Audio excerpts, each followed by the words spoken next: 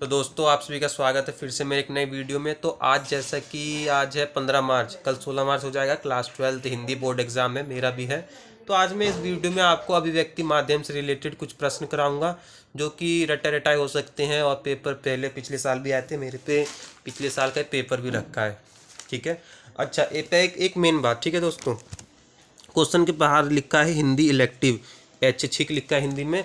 आपका कौन सा इलेक्टिव है या कोर, ये आप एक बार कंफर्म कर लेना, फिर वीडियो को देखना, ठीक है।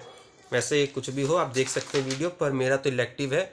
आप भी अपने एक बार एडमिट कार्ड से देख के आप कंफर्म कर सकते हैं। चलिए तो अभिव्यक्ति माध्यम से स्टार्ट करते हैं। खंड ख आएगा आपका अभिव्यक्ति माध्यम से। पहला प्रश्न आएगा, निम्नलिखित 3 विषय में किसी एक विषय पर 3 टॉपिक दे रहेंगे, ये तीनों, उसमें से आपको एक अटेम्प्ट करना है, 100 शब्द में लिखना है। और मैं आपको बता दूं आप कैसे गिनोगे, 1 2 3 4 ऐसे शब्द गिनने मत बैठना, आपका समय जाएगा। चलो एक बार आप पे समय है, आप कुछ लिखोगे नहीं। मान लिया आप 1 2 3 4 करके गिनती गिन लोगे, ठीक है, 100 है तो छोड़ दोगे।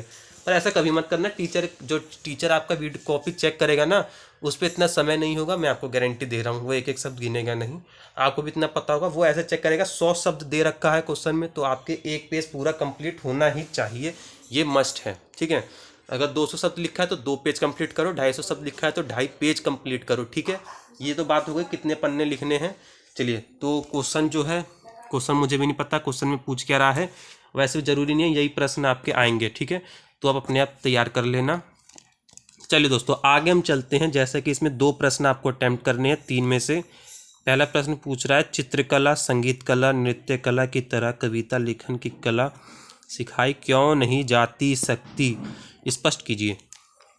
देखिए, पहली है चित्रकला, संगीत कला, नृत्य कला।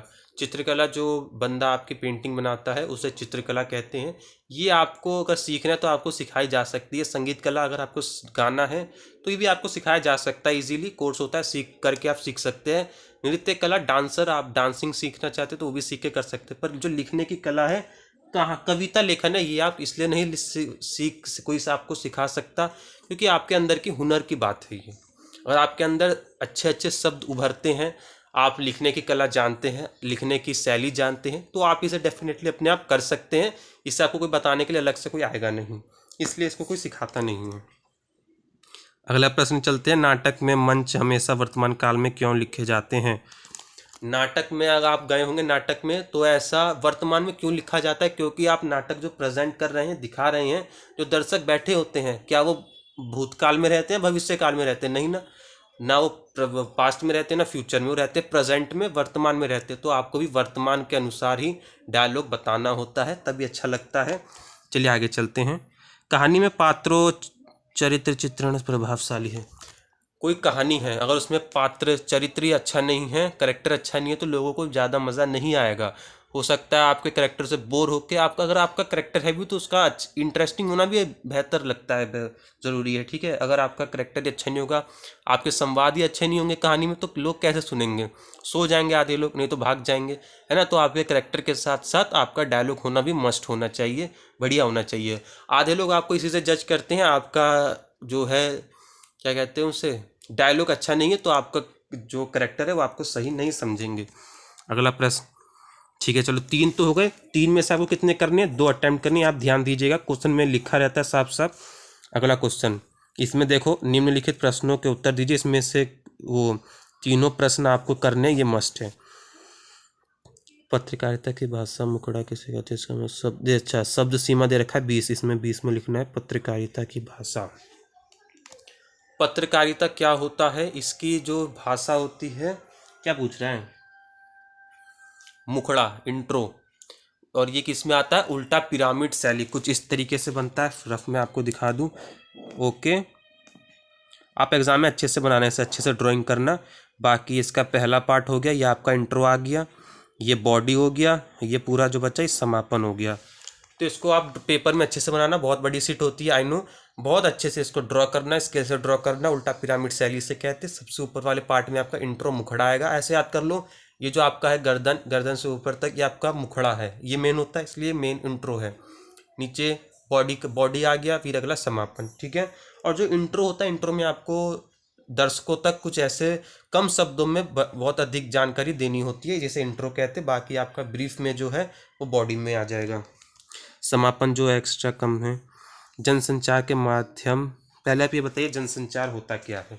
जनसंचार आपकी बातों को दर्शकों तक पहुंचाना, उसके अलग अलग माध्यम है। रेडियो हो गया, टेलीविज़न हो गया, इंटरनेट हो गया, समाचार पत्र हो गया, 4 तरह के माध्यम है जिससे आप अपनी बात या कोई और अपनी बात और दूसरों तक पहुंचाता है।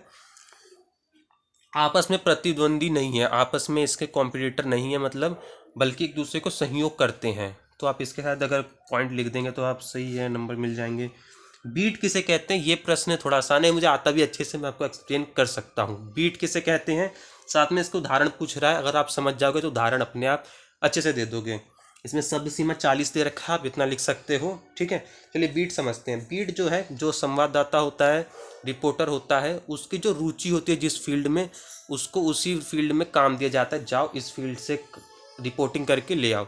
जैसे माना जाए ए पर्सन है, उसको जो है रुचि है उसकी गेम्स में।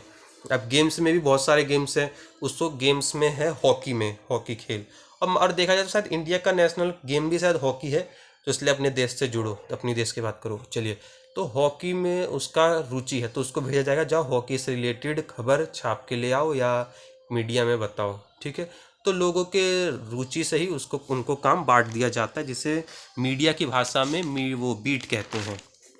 लोग कोई पहली बार सुनेगा तो बीट, वो गाने वाले बीट समझ सकता है, अगर उन्हें पढ़ा हो तो बीट ये ऐसे एक्सप्लेन कर सकते हैं। बाकी इसमें उदाहरण भी देना है, उदाहरण आप दे सकते हैं। अगले प्रश्न पे चलते हैं, अगला क्वेश्चन स्टार्ट हो जाता है। ये देखिए, इसमें 2 प्रश्न में आपको बताना है, 2 प्रश्न केवल बताने। समाचार पत्र में विभिन्न, चलिए आप पहले खा देखिए। दृश्य श्रव्य, मेरे ख्याल से दृश्य श्रव्य वो होता है माध्यम जिसे हम सुन सकते हैं, जैसे रेडियो टेलीविजन। इसकी वो पूछ रहा है खूबियाँ, है ना, खूबियाँ सुविधाएं हैं, तो खूबियाँ विशेषता बता दीजिए। जैसे कि रेडियो में आप क्या सुविधा मिलती है, जो लोग निरक्षर है, जो पढ़े लिखे नहीं है, वो भी उनका उपयोग कर सकते हैं, वो भी जानकारी प्राप्त कर सकते हैं इजीली।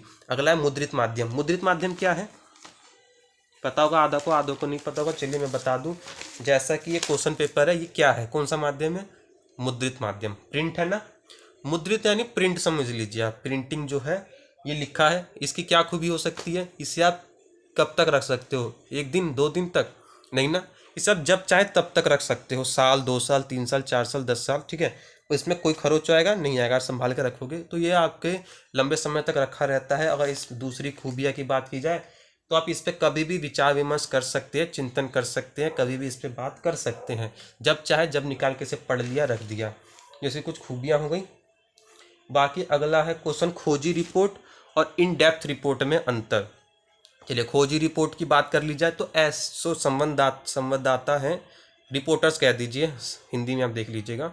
जो रिपोर्टर्स हैं उनको क्या है, जो रिपोर्टर्स हैं उनको ऐसी घटना जनता के समक्ष लाना होता है जो पहले से सार्वजनिक ना हो, यानी जो वैसी खबर जो किसी ने ना कभी सुनी हो। जैसे इसमें आ जाएगा भ्रष्टाचार, आजकल जो वो दुनिया में बहुत ज़्यादा भ्रष्टाचार हो रहे हैं, तो जो रिपोर्टर्स ऐसी खबर लाएंगे जो जनता को कभी ना पता हो, पहली बार सुनेंगे, वो होता है वो खोजी रिपोर्ट। अगला है इन डेप्थ रिपोर्ट, ऐसी खबर जो पहले से सार्वजनिक हो। इसमें यही डिफरेंस है, दोनों में बहुत बारीकी डिफरेंस है, आप ध्यान रख लीजिएगा। खोजी रिपोर्ट में आपका सार्वजनिक नहीं होता है, ये पहली बार लाया जाता है रिपोर्ट, और जो इन डेप्थ है इसमें सार्वजनिक होता है पहले से रिपोर्ट। बस इसमें थोड़ा सा छानबीन करके, गहरी छानबीन, उसमें भी खोजी रिपोर्ट में भी गहरी छानबीन होती है, इन डेप्थ में भी छानबीन होती है, बस फ़र्क जो है सार्वजनिक का हो जाता है, ठीक है। बाकी इस वीडियो में आपको बस अभिव्यक्ति माध्यम वाले पार्ट कराएं, कुछ क्वेश्चन मैंने छोड़ दिया, शायद नहीं आता था, तो आप भी देख लीजिएगा। बाकी आज की वीडियो करते हैं यहीं पे ख़त्म। Thanks for watching. जो भी चैनल पे न्यू है, एक ही बात कहूँगा, चैनल को सब्सक्राइब कर लीजिए। Thank you.